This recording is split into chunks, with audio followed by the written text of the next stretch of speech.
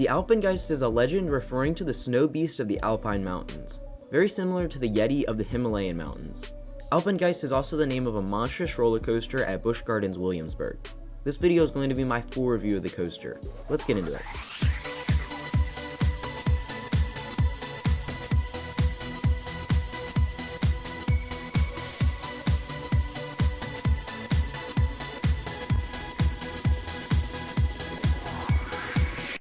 Alpengeist was manufactured by Bolliger & Mabillard and is an inverted coaster.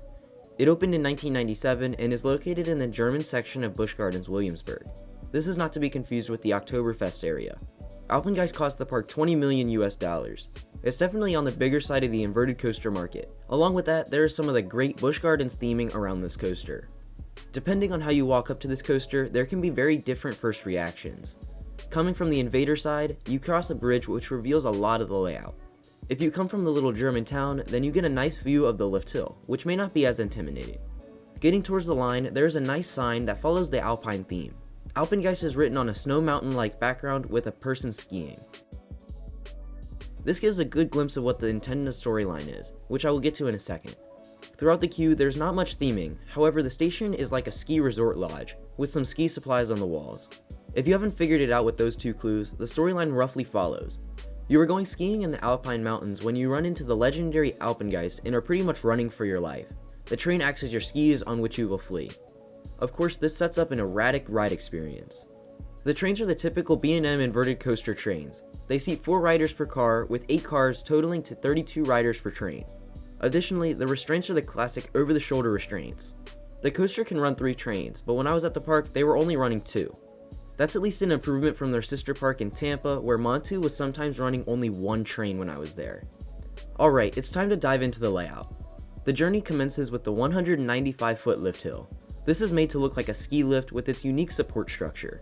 At the top, there is a classic B&M pre-drop before the coaster dives down the 170-foot drop. I have to give this coaster credit for featuring one of my favorite drops on an inverted coaster. While most will just do a 180-degree drop, this one is closer to 270 degrees. This not only makes the drop feel more drawn out, but it also feels a lot more intense.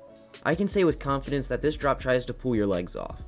At the bottom, the train reaches its top speed of 67 miles per hour. It's also worth noting that a lot of this layout will take place in this ravine-like area. The train then pulls into an Immelman inversion. The pull-up into the inversion was also very intense. Following the Immelman is a 106-foot tall vertical loop.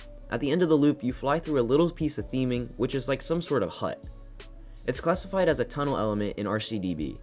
After that is a cobra roll, which is an element consisting of an Immelman leading right into a dive loop. The coaster then takes a nice break from the intensity by turning to the right and swooping back to the left into the mid-course brake run. While I like the intensity break, the brake run takes this a step too far. At this point in the layout, the train is still hauling. In the brake run, the train slows almost to a stop. This is probably the biggest flaw to the ride. The brake runs are supposed to slow the train, but I think this is a little much.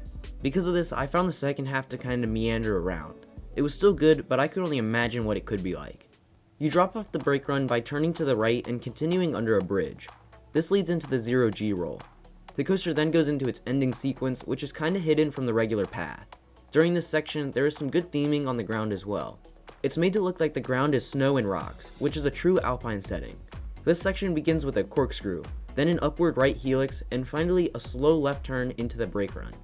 Overall, I have mixed feelings about this coaster, and I think that's the general consensus. The first half is outstanding, and the second half is subpar. Together, this creates a really solid inverted coaster with a duration of 3 minutes and 10 seconds. It does wonders for the park's lineup, bringing the most intense experience out of all the coasters. I'm not exaggerating when I thought my legs were going to fly off. We will just have to wait and see how intense Pantheon is when it opens in a couple of months. Just looking at it though, I don't think it will come anywhere close to the amount of positive G's on Alpengeist. Going in, this coaster was one of my bucket list inverted coasters. On paper, it looks outstanding. A top coaster that could be better than Banshee, Montu, and Raptor. For reference, those are my top 3 inverted coasters as of right now. I will say, in my opinion, it falls short of all 3. This is mainly due to that mid-course brake run that causes a lackadaisical ending.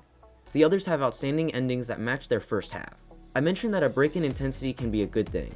I think it's enough to just have a brake run, but if it affects the rest of the ride in a negative way, then it might not be the best break.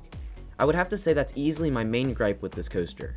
And due to that, I put this coaster as my 4th favorite invert, under Montu, Raptor, and Banshee. Even though I say all this, I really do love the effort put into this coaster. It has an amazing theme to the Alpine Mountains and the mythical monster. All of the destroyed buildings aren't necessary, but add to the experience. Many times I wonder what could add to an inverted coaster. The passengers hang under the track, making scenery interaction pretty difficult. I think this coaster is a perfect example of how to accomplish such a task. So that's going to lead right into the wrap up of this video. For my final score of Alpengeist, I give it a 9.5 out of 10. While the brake run is a literal gut punch, it affects the rest of the ride in a negative way. This is a change the park could make to improve the coaster, and if they did, this could be within the top 3 in the nation. It's able to get that extra half a point from its amazing theming. In reality, if I could just get one ride without the brakes, I think this could be the very best inverted coaster out there. And that's pretty much going to wrap up my review of Alpengeist at Busch Gardens Williamsburg. Let me know what you guys think in the comments below. If you liked the video, make sure to leave a like and subscribe if you're new. Thanks for watching, and I'll see you next time.